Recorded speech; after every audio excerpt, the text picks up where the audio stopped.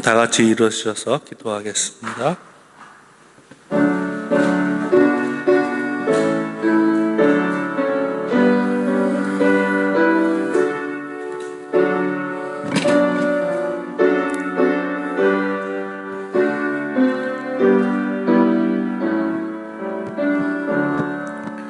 너희는 마음에 근심하지 말라. 하나님을 믿으니 또 나를 믿으라.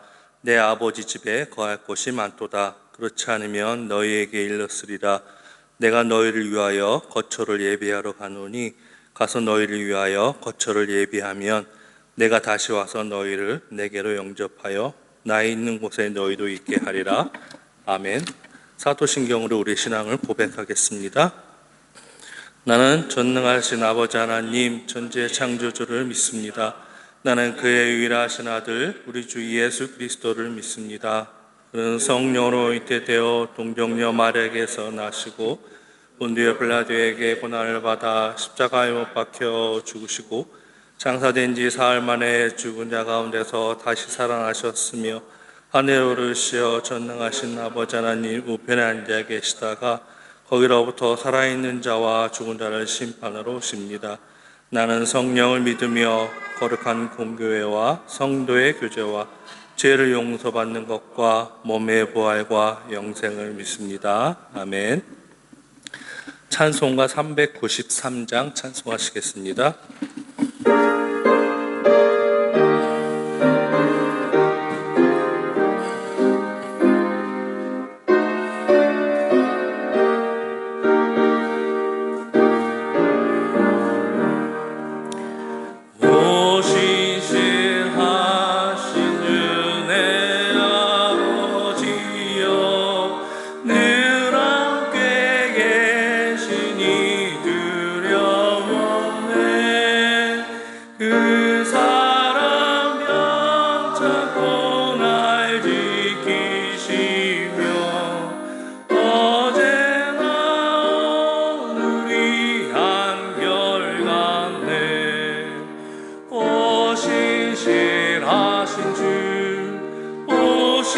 신실하신 주 날마다 자비를 베푸시며 일용할 모든 것 내려주시니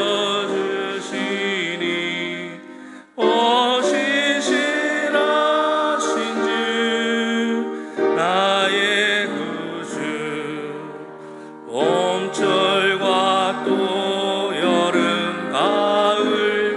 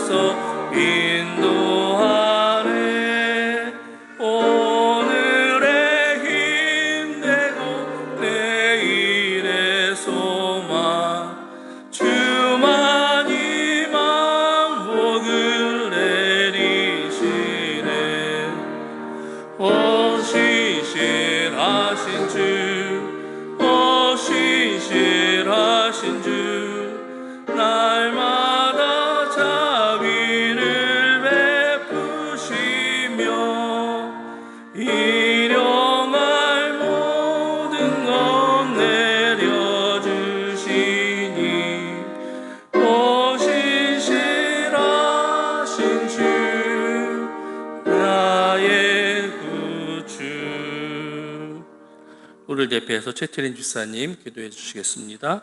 자리에 앉아주시기 바랍니다.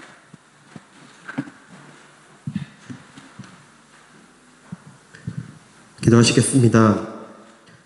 사랑과 은혜로 우리를 붙드시고 인도하여 주시는 하나님, 세상의 바쁨 가운데 있다가 이렇게 예배 자리에 나올 수 있게 해주신 것 너무나 감사합니다. 성탄절로 기쁨이 바로 어제 같은데 벌써 2025년 한 달이 지나갔습니다. 새해 다짐도 잠시뿐 하나님의 그늘 아래 있어야 할 우리가 세상으로 도망치곤 합니다. 유혹의 마음을 빼앗기거나 죄악에 빠지고 아니면 시련으로 낙심하기도 합니다. 아버지, 우리의 심령을 붙들어 주셔서 하나님의 위로 가운데 행복하게 해 주시고 오늘 예배의 은혜로 더욱 새로워지고 다시 결단하는 저희가 될 수 있도록 도와주시옵소서. 우리 교회를 위해 기도합니다. 캔버라 리드 한인교회가 복음으로 바로 설 수 있게 하시며 어디에 있든 이중적인 모습이 아닌 예수님의 향기를 드러낼 수 있도록 도와주시옵소서. 무엇보다 서로 사랑하는 교회가 되길 원합니다. 너희는 그리스도의 몸이요 지체의 각 부분이라고 말씀하셨습니다. 우리가 알게도 모르게도 말과 행동으로 서로에게 상처를 주기도 하고 받기도 합니다. 하나님께서 우리를 사랑하신 것처럼 우리도 서로 사랑하고 용납하며 섬기기를 힘쓰는 사랑의 풍성함이 날마다 넘치게 하여 주시옵소서. 한 몸된 우리 성도님들을 위해서 기도합니다. 인생의 어려운 짐을 지고 사는 성도들이 있습니다. 건강 문제, 재정 문제, 인간과의 관계 문제 등 그 외의 다른 문제들로 어려움을 겪고 있는 이들이 있습니다. 하나님의 지혜를 주시고 또한 하나님의 마음을 알게 하셔서 잘 감당하게 하시고 모든 일을 넉넉히 이기는 우리 성도님들이 될 수 있도록 하여 주시옵소서. 그리하여서 살아가는 순간마다 하나님의 인도하심과 도우심으로 살아갈 수 있게 하여 주시옵소서. 이곳에 지금 함께하지 못한 성도님들과도 함께하여 주셔서 있는 곳마다 은혜를 부어 주시옵소서.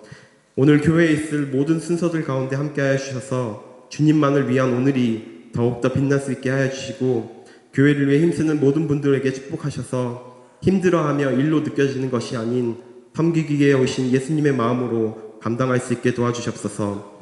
오늘 또한 말씀 전해주실 안양기 목사님을 위해서 기도합니다. 우리를 살리신 생명의 말씀을 전해주실 때에 성령의 충만한 가운데 붙들어 주시고 말씀에 깊이를 더해 주시고 항상 건강 지켜주시옵소서.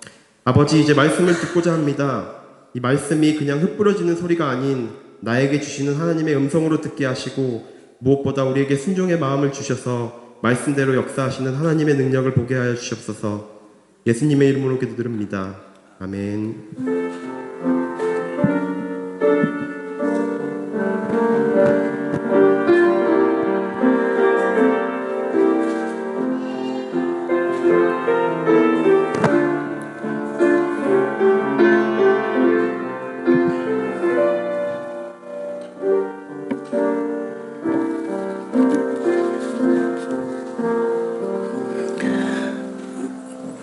최민호 성도님, 오늘 본문 말씀 봉독하겠습니다. 오늘 하나님께서 우리에게 주신 말씀은 사도행전 16장 6절부터 10절 말씀입니다. 성령이 아시아에서 말씀을 전하지 못하게 하시거늘 그들이 부르기아 갈라디아 땅으로 다녀가 무시아 앞에 이르러 바드니아로 가고자 했으되 예수의 영이 허락하지 아니하시는지라. 무시아를 지나 드로아로 내려가는데 밤에 환상이 바울에게 보이니 마게도냐 사람 하나가 서서 그에게 청하며 이르되 마게도냐로 건너와서 우리를 도우라 하거늘 바울이 그 환상을 보았을 때 우리가 곧 마게도냐로 떠나기를 힘쓰니 이는 하나님이 저 사람들에게 복음을 전하려고 우리를 부르신 줄로 인정함이로라. 아멘. 아멘. 감사합니다. 오늘은 송우성 목사님이 휴가 기간인 관계로 안영기 목사님께서 말씀을 대신해 전해드리겠습니다. 많은 은혜 받으시기 바랍니다.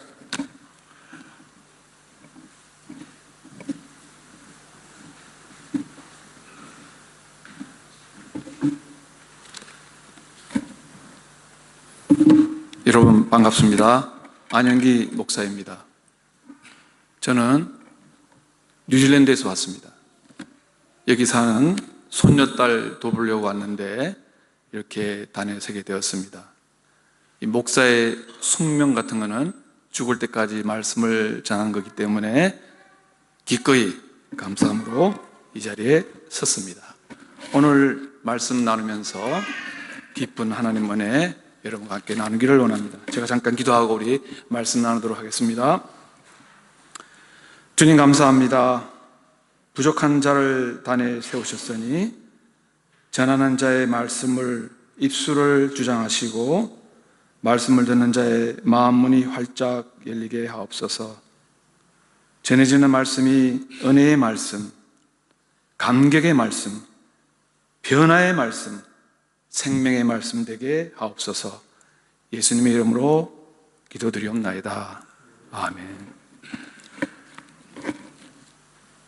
저는 1997년 5월 9일 한국의 김포공항에서 비행기를 타고 뉴질랜드 남섬 크라이처치에 그 다음날 도착함으로 이민 생활을 시작했습니다.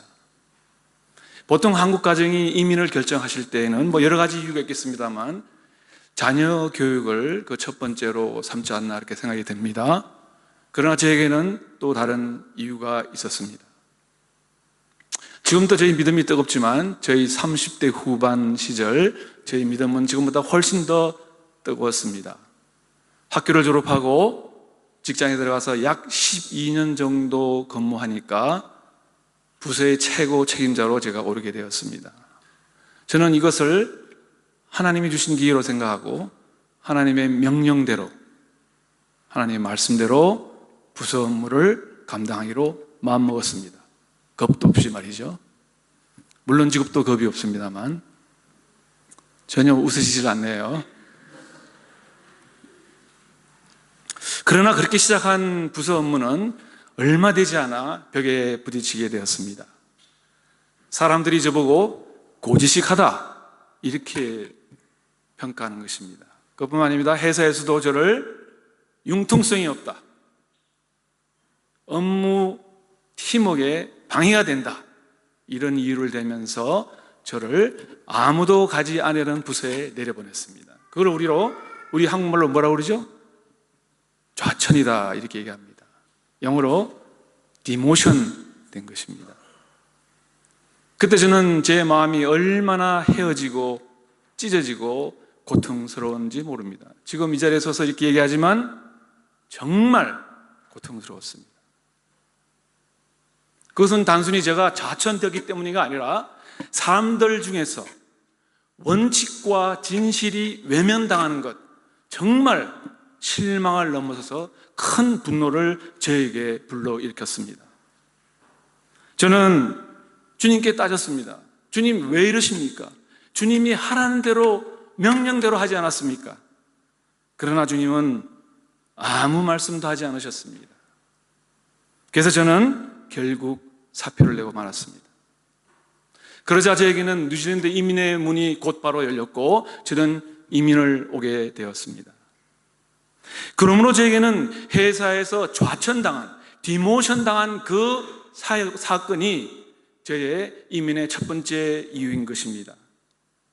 그리고 그 사건이 일어난 지 30년이 지난 이제야 와서야 그때 저에게 일어난 그 사건의, 그 험했던 사건의 원인이 무엇이었는가 알게 되었습니다. 아니, 알 것만 같습니다. 하나님은 저를 향하신 계획이 있었단 말입니다. 주님은 저를 뉴질랜드로 보내셨고 저는 늦은 나이에 신학을 하게 되었습니다. 한국에 그대로 머물러 있었다면 절대로 할 수 없었던 말씀 전하는 그런 사역을 감당하게 되었다는 것이었습니다. 오늘 설교는 사도행전 16장 6절에서 10절 말씀을 중심으로 우리를 부르신 줄로 라는 제목으로 하나님의 은혜를 여러분과 함께 나누기로 합니다. 제목이 뭐라고요? 우리를 부르신 줄로. 같이 한번 따라 하실까요? 시작. 우리를 부르신 줄로. 한 큰 목소리로 한번 더 따라 하실까요? 시작. 우리를 부르신 줄로.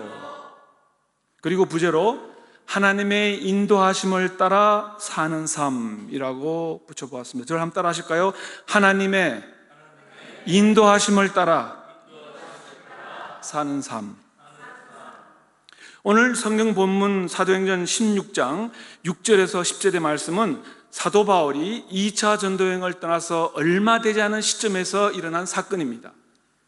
여러분은 이 본문 말씀을 볼 때 그냥 무심코 지나가실지도 모르겠습니다. 그런데 말입니다, 이 말씀이 얼마나 파격적이고 획기적인 말씀인가를 여러분은 아셔야 합니다. 파격적이고 획기적이다. 왜요? 하나님이 자신이 명한 복음을 전하라는 명령을 바울이 수행하려고 할 때 그 길을 막았기 때문입니다. 여러분, 하나님은 한 번 이야기하신 것 변경하시는 분이 아니에요. 좀처럼. 그러나 오늘 본문에서는 막았다, 못하게 했다, 이렇게 지금 이야기하고 있는 것입니다. 우리 한번 본문을 보기를 원합니다. 오늘 본문 말씀 6절 말씀에 이렇게 기록하고 있습니다.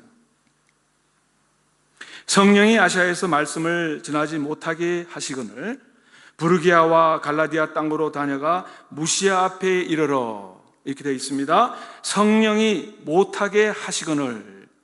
여러분, 동그라미를 치셔야 합니다. 펜이 있으신 분은 가지고 계신 성경에 동그라미 치시기 바랍니다. 청년들 앱으로 보시면 하이라이트 하세요. 아무것도 없으신 분 집에 가셔서 꼭 성경 펴서 이 부분을 동그라미 쳐셔야 합니다. 뭡니까? 성령이 못하게 하시거늘. 여러분, 오늘 주보에도 나와 있지요? 한번 보십시오. 성령이 못하게 했다, 이겁니다. 7절을 보겠습니다. 성령이 아시아에서 말씀을 전하지 못하게 하시거늘 부르기아와 갈라디아 땅으로 다녀가 무시아 앞에 이르러, 이렇게 되어 있죠? 6절이죠? 7절을 다시 보겠습니다. 비두니아로 가고자 애써되 예수의 영이 허락지 아니하는지라. 예수의 영이 허락지 아니하는지라. 동그라미 치셔야 합니다. 8절입니다. 무시아를 지나 드로아로 내려갔는데 밤에 환상이 바울에게 보이니, 밤에 환상이 보이니, 동그라미를 치셔야 합니다. 오늘 본문의 말씀을 요약하면 이렇습니다. 하나님이 첫째, 성령을 통해서 복음 전도를 못하게 하셨고, 둘째, 예수의 영이 복음 전도를 허락하지 않으셨다고 기록하고 있죠. 셋째는 뭡니까? 환상을 보여주셨다는 것입니다. 그렇다면 사도 바울을 환상으로 인도해 주신 것처럼 오늘을 살아가는 우리들도 성령님을 통해서 하나님은 우리를 못하게 하시고 막으시고 성령의 환상을 보여주심으로 말미암아 우리를 인도해 주고 계시다는 이런 말씀이 아닙니까? 여러분은 어떻게 생각하십니까? 오늘 우리는 하나님의 인도하심에 대하여 세 가지 주제를 나누어서 한번 같이 생각해 보기를 원하는 것입니다. 첫째는 성령이 사도 바울로 하여금 아시아에서 말씀을 전하지 못하게 막으셨다는 것입니다. 이 말씀은 두 번째 말씀인 예수의 영이 말씀 전파를 허락하지 않았다는 말씀과 비슷합니다. 그러나 첫 번째, 성령이 말씀을 전하지 못하게 하는 것은 아예 우리가 시작도 못하게 우리 마음을 막으시는 것입니다. 두 번째, 예수의 영이 허락지 않는 것은 어떤 일이 이미 시작되었음에도 불구하고 하나님이 의도적으로, 강제적으로 그 일을 막으시는 것입니다. 오늘 지도를 한번 보겠습니다. 지도를 한번 띄워주시기 바랍니다. 바로 붉은색으로 표시된 지역이 소아시아 지역입니다. 사도 바울이 루스드라를 떠나서 비시디아 안디구로 지나가면서 소아시아 지역 깊숙이 복음을 전하기를 원했습니다. 제가 노란 박스를 쳐놨는데 하단에 있는 것이 비시디아고 그 다음 왼쪽 위에 있는 것이 무시아 지역이고요. 그 다음에 오른쪽에 있는 것이 비두니아 지역입니다. 지도를 이해하셔야 말씀이 잘 이해가 될 것입니다. 왜 하나님이 복음을 전하려는 그 사도 바울의 마음을 그 시작부터 막으셨을까요? 우리는 그 이유를 한번 생각해 보기를 원합니다. 성경에는 그 이유를 자세하게 기록하고 있지 않습니다. 그러면 우리는 사실 하나님의 의도를 정확하게 알 수 없습니다. 그러나 성경의 앞뒤 문맥을 통해서, 성경의 기록을 통해서 이렇게 추정해 볼 수가 있습니다. 사도 바울이 지금 2차 전도여행을 떠난 것은 AD 49년에서 50년 어간에 일어난 일입니다. 그런데 그로부터 40년 뒤인 AD 90년경에 예수님의 제자 요한이 요한계시록을 기록하게 됩니다. 그런데 그 요한계시록의 2장 3장에는 이미 소아시아에 7교회가 세워져 있는 것을 우리는 성경을 통해서 알 수 있습니다. 무슨 교회들이죠? 에베소서, 서머나, 버가모, 두아디라, 사데, 빌라델피아, 라오디게가 이 7개 교회가 이미 세워져 있는 것을 우리는 볼 수가 있는 것입니다. 그러므로 사도 바울이 2차 전도여행 때 하나님이 그 소아시아 지역에 전도하려는 것을 막으셨지만 40년 뒤에는 하나님께서 다른 방법으로 소아시아 지역에다가 7개를 세우셨다는 사실입니다. 그리고 무엇보다도 하나님은 바울을 통해서 시급하게 유럽의 복음화를 빨리 서두르려고 하시는 계획을 가지고 되셨다라고 우리가 생각할 때 그것이 바로 사도 바울의 소아시아 지역의 복음전도를 임의로 시작도 못하게 막으셨다라고 생각해 볼 수 있는 것입니다. 그런데 궁금한 게 있습니다. 사도 바울은 어떻게 소아시아에서 전도하려고 하는 자신의 마음을 말리시는, 못하게 하시는 하나님의 그 의도를 알아냈을까요? 여러분 궁금하지 않습니까? 성경에는 아무런 기록이 없어요. 여러분 어떻게 생각하십니까? 어떻게 사도 바울이 하나님의 마음을 이해하고 소아시아 전도를 중단하고 무시아 지역으로 올라갔나 이 말씀입니다. 우리는 이 땅의 인생 과정에서 매 순간 크고 작은 결정 속에서 그 결정을 내리면서 살아갑니다. 때로는 우리 인생을 송두리째 바꿀 만한 그런 큰 결정을 맞닥뜨리게 되는 것입니다. 크리스찬으로서 나는 이 사업에 투자해야 하는가? 나는 지금 직장을 옮겨야 하는가? 나는 지금 이 사람과 결혼해야 하는가? 나는 학교 졸업 후에 어떤 직업을 가져야 하는가? 세상 사람들이 다 불이익을 당한 것을 알면서도 가는 큰 길을, 불이익을 당하지 않기 위해서 가는 큰 길을 마다하고 나는 사람들이 비웃고 불이익을 당할 것이다 라고 예고하는 그 좁은 문으로 들어가야 하는지 우리는 항상 선택의 기로에 서게 되는 것입니다. 사랑하는 성도 여러분, 그동안 여러분은 얼마나 크고 작은 결정 앞에 서 계셨습니까? 그리고 그 결정을 내셨습니까? 또 앞으로 얼마나 많은 결정에 부닥치게 되겠습니까? 만약 이렇게 결정하려고 하는데 하나님이 원하시는지 혹은 사도 바울처럼 하나님이 막으시는지 그를 우리가 알 수 있다면 우리의 삶이 얼마나 은혜스러울 것이며 우리는 얼마나 큰 복을 누릴 수 있겠습니까? 그러나 현실은 그렇지 않습니다. 우리의 삶 가운데서 하나님의 뜻과 의도가 무엇인지 알아내는 것 굉장히 어렵지 않습니까, 여러분? 그렇지 않습니까? 우리는 삶 가운데 엉뚱한 길로 갔다가 원점으로 다시 돌아오는 경우가 있습니다. 어디 그뿐입니까? 세상에서 헤매다가 땀과 눈물과 노력과 재산과 건강을 잃어버리고 다시 우리의 길로 돌아오는 그런 일들이 있습니다. 그런데 놀라운 것은 하나님이 우리 삶에 직접 개입하시면서 직접 우리의 갈 길을 막으시고 우리의 갈 길을 열어주시는 그런 역할을 하고 계신다는 사실을 오늘 성경 말씀이 우리에게 증거하고 있는 것입니다. 여러분 마태복음 16장에 보면 예수님이 제자를 데리고 가이사라 빌립보 지역으로 가셨습니다. 그리고 그곳에서 공생애 처음으로 자신이 예루살렘으로 올라가서 십자가에 달려 죽으시고 3일 만에 다시 살아날 것을 말씀하십니다. 그러자 여러분 다혈질 베드로가 튀어나옵니다. 주여 그리하지 마옵소서.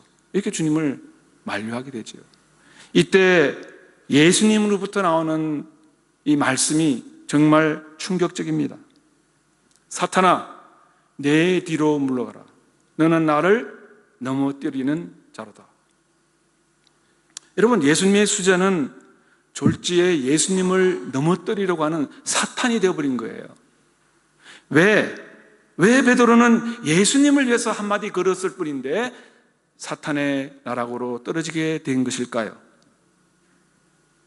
왜냐하면 베드로는 예수님의 말씀을 바르게 이해하지 못했기 때문입니다. 베드로가 예수님의 말씀을 잘 이해하지 못했다고요. 예수님이 십자가에서 돌아가시는 것은 전 인류의 죄를 사하시고 우리 인류의 구원 사역을 위해서 십자가에 달려 돌아가시려고 하는 그 구원 사역의 근본 이유를 알지 못했기 때문에 그렇게 예수님을 말리게 된 것이죠. 그리고 예수님부터 사단이라 하는 칭함을 받게 된 것입니다. 대조적으로 사도 바울은 하나님의 관계에 있어서 매우 민감하고 예민한 사람이었습니다. 말씀 위에 바로 세워진 사도였기 때문에 그렇습니다. 사도 바울은 다메섹 도상에서 예수님을 만나고 난 뒤 3년 동안 아라비아 광야에 가서 하나님의 훈련을 받게 됩니다. 잠깐 물 좀 마시겠습니다.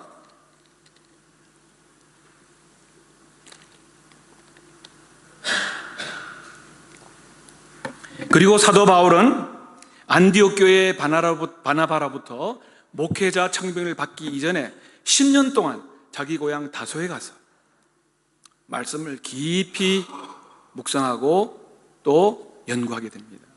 이것이 갈라디아서 1장에 기록되어 있습니다. 어디 그뿐입니까? 심지어는 고린도 후서 12장에 보시면 사도 바울은 셋째 하늘로 불려 올라가서 주님으로부터 훈련을 받게 됩니다. 여러분, 셋째 하늘, 우리 보이는 파란 하늘이 첫째 하늘이고요, 우주가 둘째 하늘입니다. 셋째 하늘, 하나님이 계시는 곳입니다. 주님이 계시는 곳이에요. 그곳에 갔다 온 사람입니다.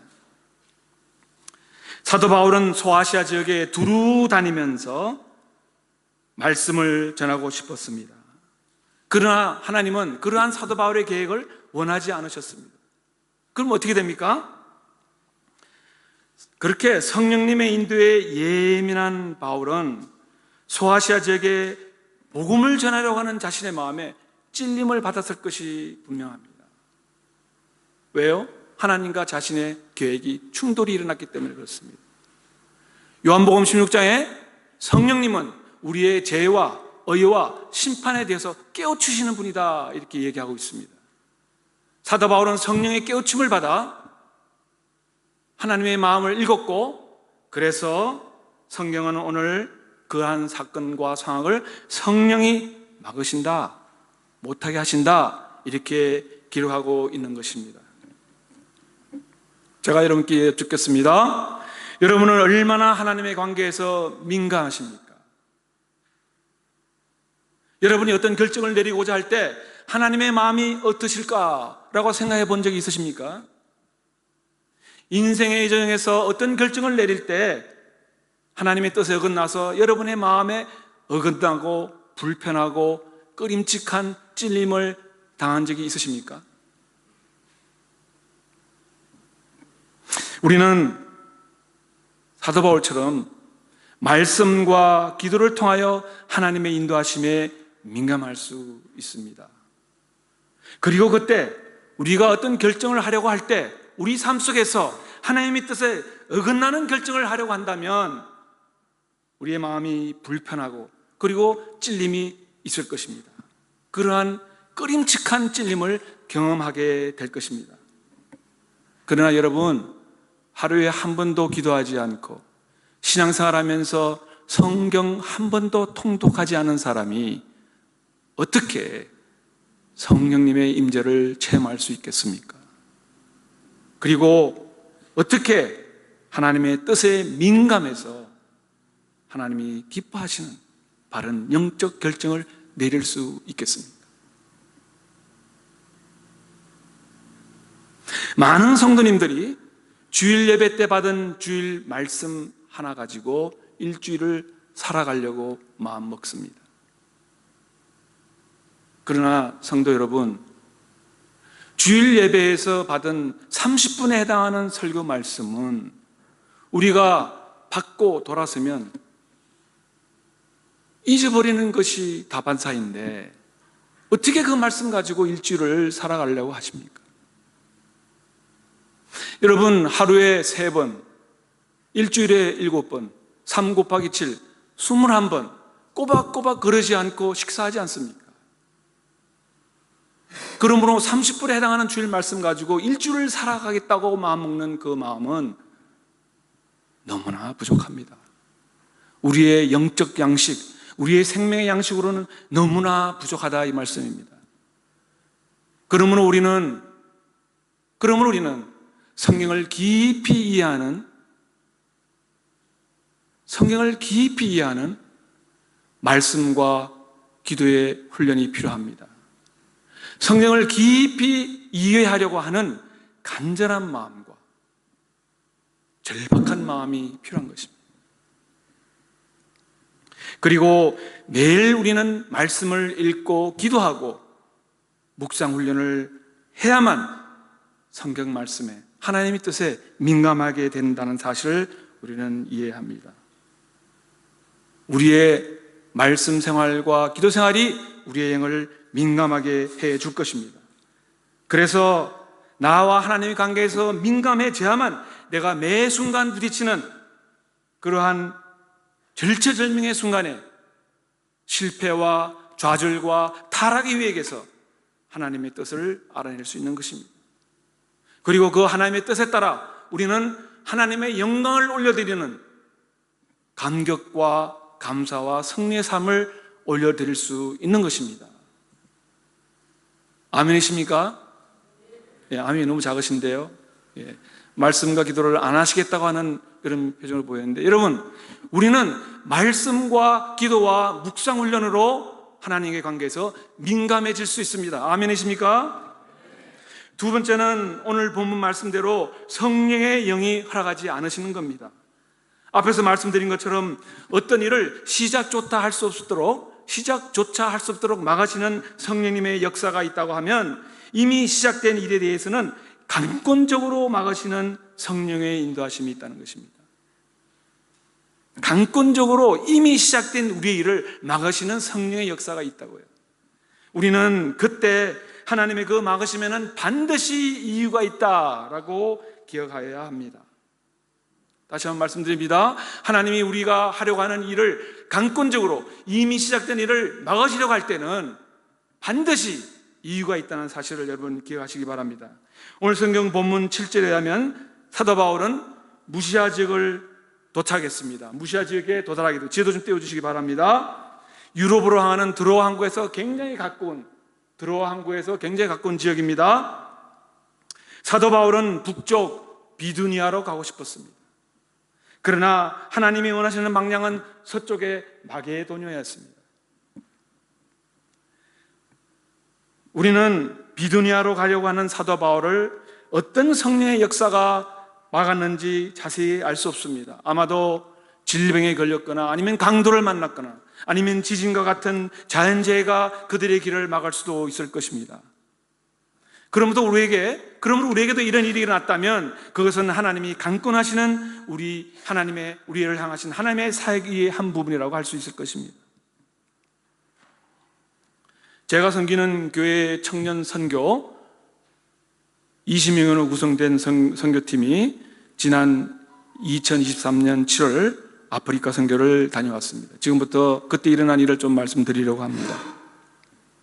선교팀에는 오래전부터 기도로 준비한 자매가 있었습니다. 5년 전에는 아프리카에 가려고 비행기 표까지 구매했습니다.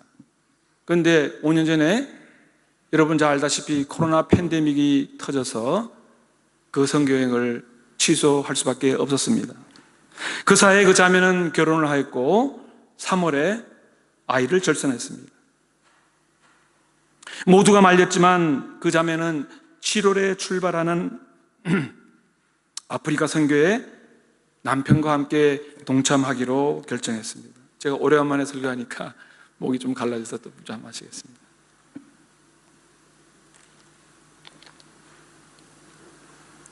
자매는 선교를 위해서 2달 만에 모유 수유를 분유로 바꿨습니다. 그리고 선교기간 2주 동안에 서울에 사는 친정 어머니께 100일밖에 안 된 아이를 맡기기로 그렇게 결정했습니다.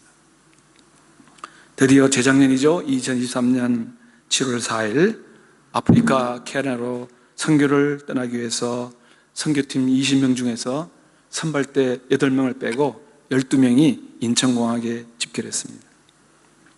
마침내 밤 11시 55분 비행기를 타려고 수속을 다 끝마치고 저녁 식사까지 다 하고 티 한잔하고 보안 검색 구역으로 들어가려고 하는데 전화가 왔습니다. 선교 기간 동안 100일 된 아이를 맡아주겠다고 약속하셨던 자매의 친정 어머니였습니다.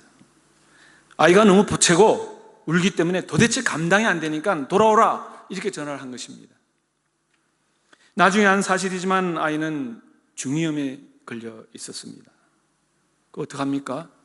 그날 밤 우리는 참담한 심정으로 기도하면서 그 아이를 친정에 있는 아이에게 돌려보내기로 하였습니다. 이제 이륙 시간이 얼마 남지 않았는데 수속 창고에 내려가니 불이 다 꺼졌고 아무도 없어요.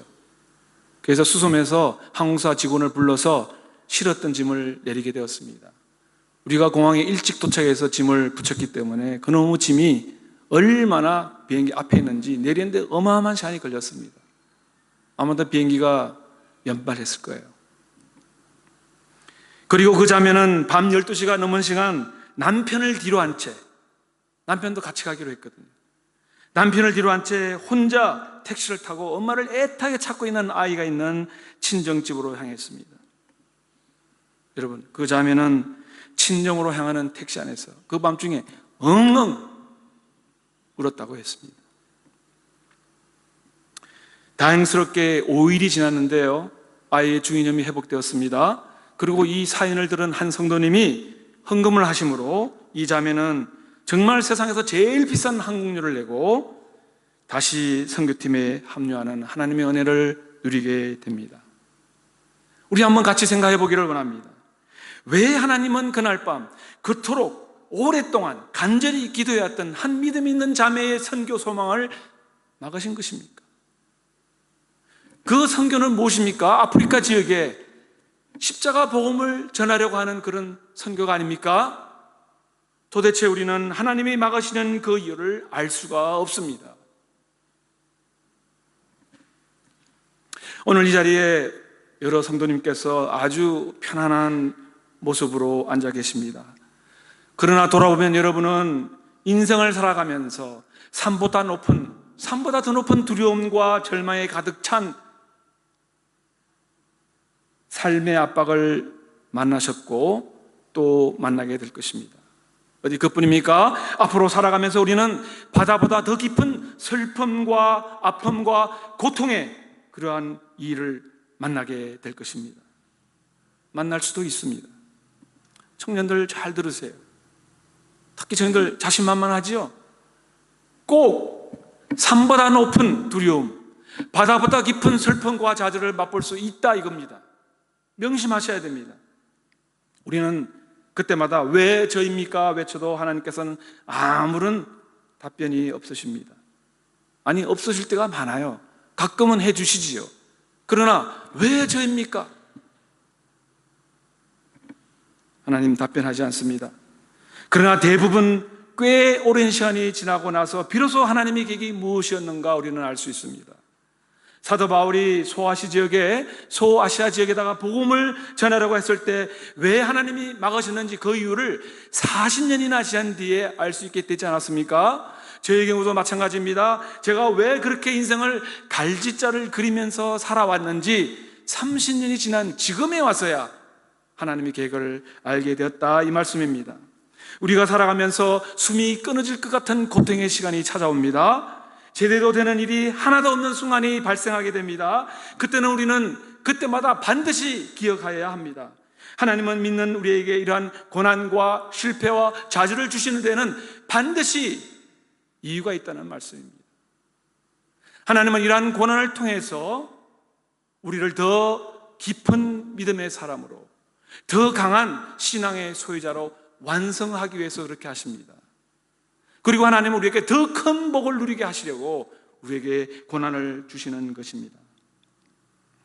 하나님이 우리에게 주시는 고난에는 반드시 반드시 이유가 있다고 믿으시기 바랍니다.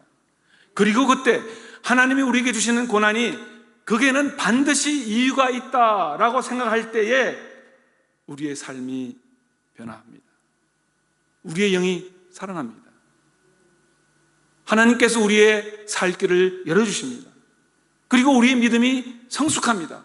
그리고 마침내 하나님께서 우리에게 큰 복을 허락하시는 것을 우리는 만나게 될 것입니다. 아멘이십니까? 그래서 저는 말씀 준비하면서 한번 생각해 보았습니다. 그날 밤 그 자매, 오랫동안 그토록 소망하고 갈망하던 아프리카 선교를 왜 주님이 막으셨을까요? 한번 묵상해 보았습니다. 사실 그 자매는 선교팀의 선교 드라마, 우리 스킷이라고 하죠. 스킷, 선교 드라마 율동을 지휘하는 감독이었습니다. 리더였습니다. 그러므로 그 많은 프로그램을 책임졌던 리더를 주님께서 막으신 것은 아마도 다른 선교팀의 청년들이 리더 없이 떠남으로 더 마음을 단단하게 하시려고, 또는 더 겸손하게 하시려고 그 자매의 길을 막은 것이 아닌가, 이렇게 생각해 보았습니다. 세 번째, 마지막입니다. 하나님은 사도 바울의 이적을 막으시면서 그냥 내버려 두신 것이 아니라 환상을 통하여 사도 바울에게 더욱 명확한 사인을 보여주셨습니다. 사도 바울이 소아시아 북쪽 비두니아 쪽으로, 아까 지도에서 보셨죠? 비두니아 쪽으로 가려고 하자 하나님은 환상을 보여주시면서 결정적으로 복음의 방향을 유럽으로 바꾸게 하셨다는 것입니다. 오늘 살아가는 우리에게 하나님께서 환상을 보여주신다면, 그때마다 우리가 나아갈 길을 환상으로 보여주신다면 그보다 확실한 우리의 삶의 모습은 없을 것입니다. 그런데 한번 생각해 보시기 원합니다. 하나님 우리에게 매일 환상을 보여주신다면, 그리고 우리가 그 환상을 매일 보고 어떤 결정을 내려야 한다면 그거 참 괴로운 일이 아니겠습니까? 물론 특정한 시대, 특정한 지역, 특정한 사람에게는 하나님이 환상을 보여주시기도 합니다. 과거에 복음의 문이 열렸던 중국 같은 데 말입니다. 요즘 남미 같은 데가 그러합니다. 주로 초대교회 같이 복음이 처음으로 뿌려지는 곳, 그런 곳을 말하는 곳입니다. 사도행전 2장 17절에는 베드로가 인용한 구약 요엘서의 말씀이 기록되어 있습니다. 제가 한번 읽어보겠습니다. 하나님이 가라사대 말세 내가 내 영으로 모든 육체에게 부어주리니 너희 자녀들은 예언을 할 것이요 너희 젊은이들은 환상을 보고 너희 늙은이들은 꿈을 꾸리라. 구약시대 요엘 선지자에 의해서 이 선포된 예언과 환상과 꿈의 약속이 초대교회 시대에 오순절 성령님이 강림하심으로 오늘날 우리 모두에게 허락된 것입니다.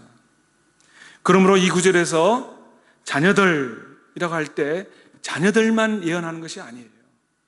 청년들만 환상을 보는 것이 아니에요.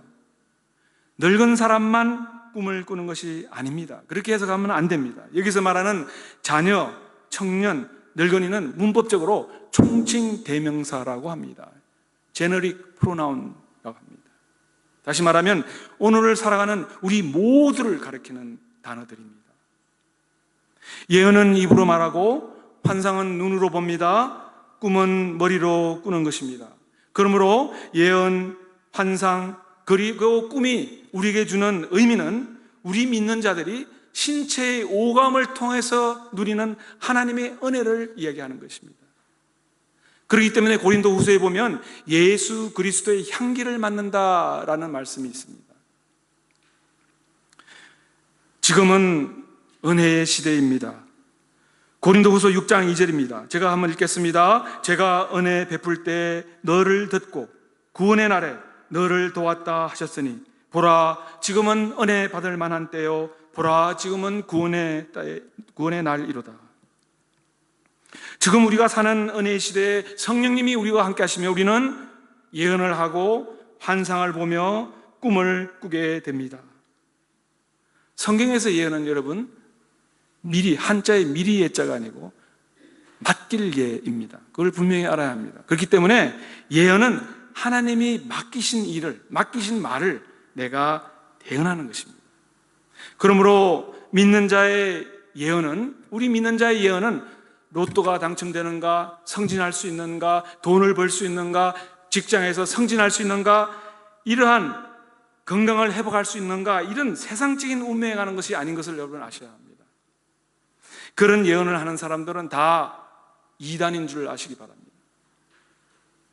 성경에서의 예언은 성경에 기록된 앞으로 일어날 일을 말하는 것입니다. 예를 들겠습니다. 예언은 무엇입니까? 예수님이 다시 이 땅에 오신다라고 말하는 것입니다.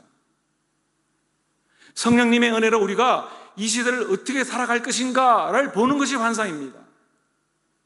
우리가 죽어서 그 영광의 멸관을 쓰고 천국에 들어가는 꿈을 보는 것, 그것이 바로 꿈입니다, 여러분.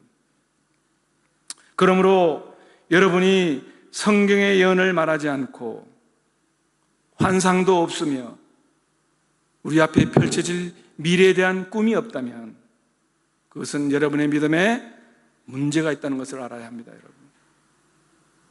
이것은 우리 신앙생활에서 매우 중요한 문제입니다.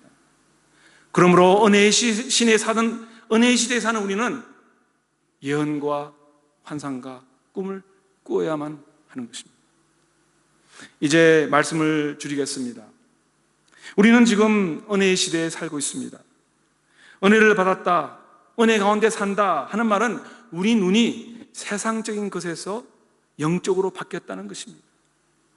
은혜 가운데 살 때 우리는 세상에 보이는 것만 보는 것이 아니라 보이지 않는 것을 보는 것을 우리는 은혜 받았다라고 얘기하는 것입니다. 은혜 가운데 살면 우리는 인생에 관한 예언과 환상 가운데 천국에 들어가는 꿈을 꾸게 됩니다.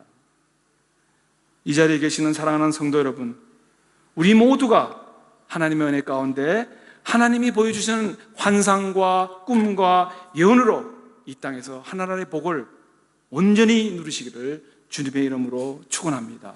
아멘. 우리 같이 기도하시겠습니다. 여기에 바이올린이 있습니다. 여러분, 바이올린의 줄이 느슨하면 어떤 일이 일어납니까? 소리를 낼 수 없습니다. 사랑하는 성도 여러분, 당신과 하나님 사이에 연결된 줄은 어떤 상태입니까? 느슨합니까? 잘 조여지고 튜닝이 잘 되어 있습니까? 당신이라는 악기는 하나님의 뜻에 따라 아름다운 소리를 내고 계십니까? 오늘 우리 자신이 하나님을 표현하는 바이올린이라고 한번 생각해 보세요. 오늘 이 시간 우리들 자신을 한번 돌아보기를 원합니다. 하나님의 음성과 인도하심에 예민한 우리 모두가 되기를 원합니다. 하나님의 뜻에 민감한 우리가 되기를 원합니다. 말씀과 기도로 나와 하나님 사이의 관계에서 예민하고 민감한 성령의 사람 다 되시기를 원합니다. 우리 이 시간 소리내서 잠깐 기도하겠습니다. 주님, 도와주시옵소서. 우리의 영이 민감하게 되게 도와주시옵소서. 말씀과 기도를 가지고 하나님께 다가나가기를 원합니다. 주님, 도와주시옵소서. 우리 같이 자신을 돌아보시면서 같이 기도하시겠습니다.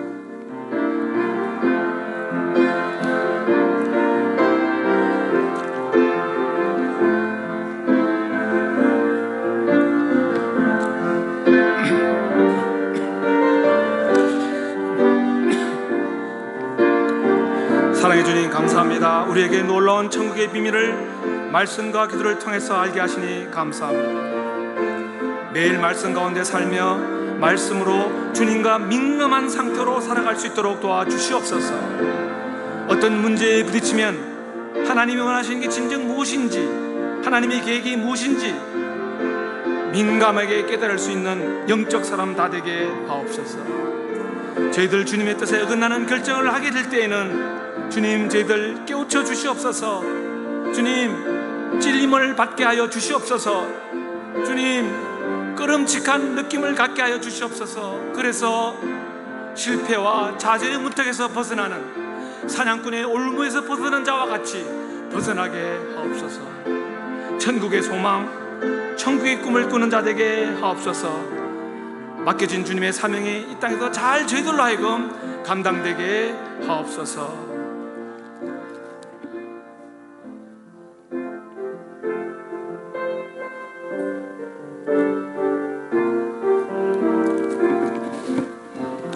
주님 감사합니다. 십자가 보혈의 공로로 하나님이 베푸시는 은혜의 시대에 이 땅에 저희들에게 허락하신 주님께 감사를 드립니다.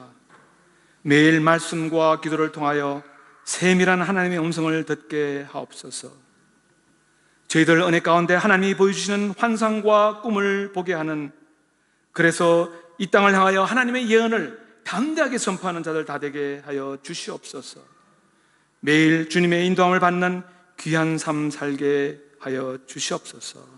감사드리며 예수님 이름으로 기도드리옵나이다. 아멘.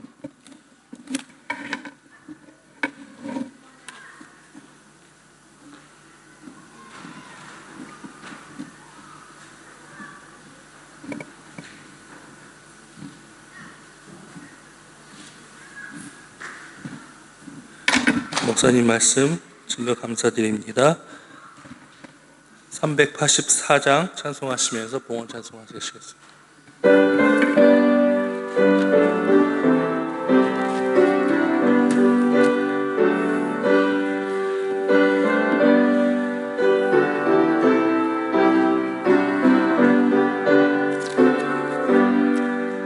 나의 갈 길 다가도록 예수 인도하시니 내 주 안에 있는 그을 어찌 의심하리요.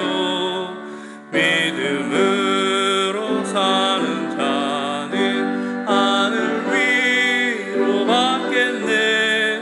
무슨 일을 만나든지 만사 영통하리라.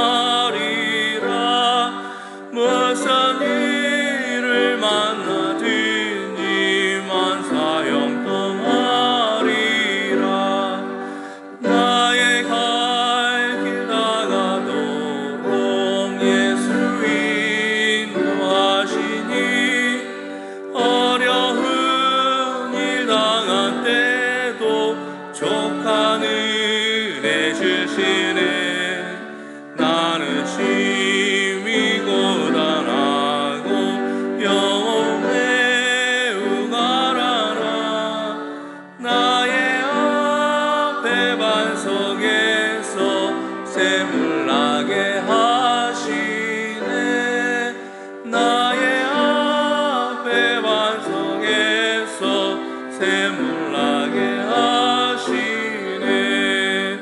나의 갈 길 다가도록 예수 인도하시니 그의 사랑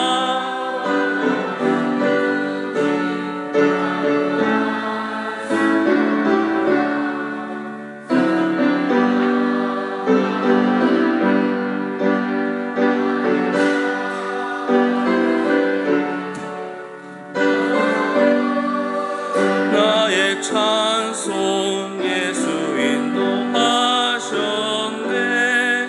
나의 부를 나의 찬송 예수 인도하셨네.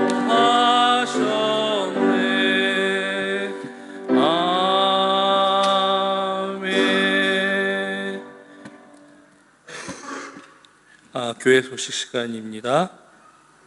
오늘 예배에 설교해 주신 안영기 목사님, 동역해 주신 허인경 집사님께 감사드립니다.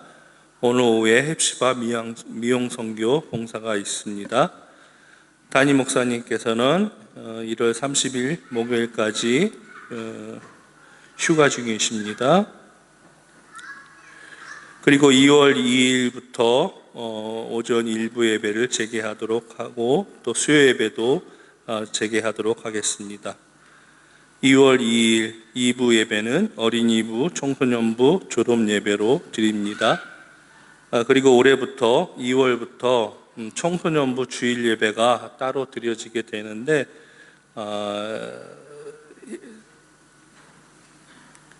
청소년부가 잘 자리를 잡을 수 있도록 같이 기도해 주시고요. 그래서 청소년부에서 들어오실 때 받은 이 기도 제목 다 받으셨을 합니다. 못 받으신 분들은 나갈 때 하나씩 받아가셔서 우리 청소년부 기도 제목을 위해서 같이 기도해 주시면 고맙겠습니다.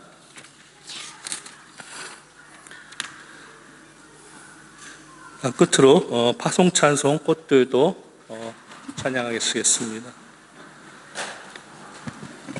파송 찬송 후에 목사님께서 봉헌기도와 축도로 예배를 마치도록 하겠습니다.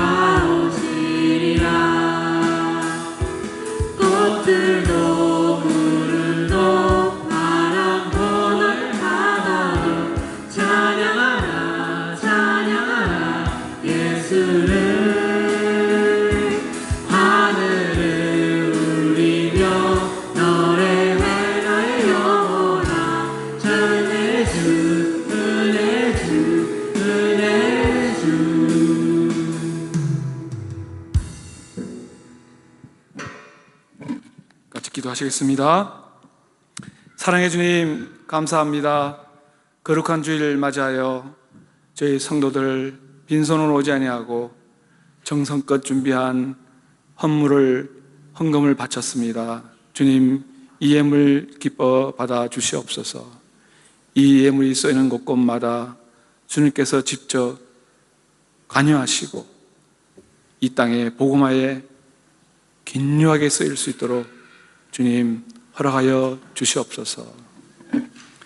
이제는 저희들에게 예언과 환상과 꿈을 허락하신 우리 주 예수 그리스도의 크신 은혜와 하나님 아버지의 사랑하심과 성령님의 감동 감화 교통 충만 인도하심이 이 세상 가운데 살아가는 동안 저에게 어떠한 고난과 핍박과 어려움이 닥쳐도 항상 하나님이 보여주시는 꿈과 환상과 소망과 믿음을 바라보면서 담대하게 살아가기를 결단하고 결심하는 당신의 사랑하는 천국 백성들 머리 위에, 그 가정 위에, 직장의 배움터 위에, 그리고 이 교회 위에 지금부터 영원토록 함께 하시기를 축원하옵나이다. 아멘.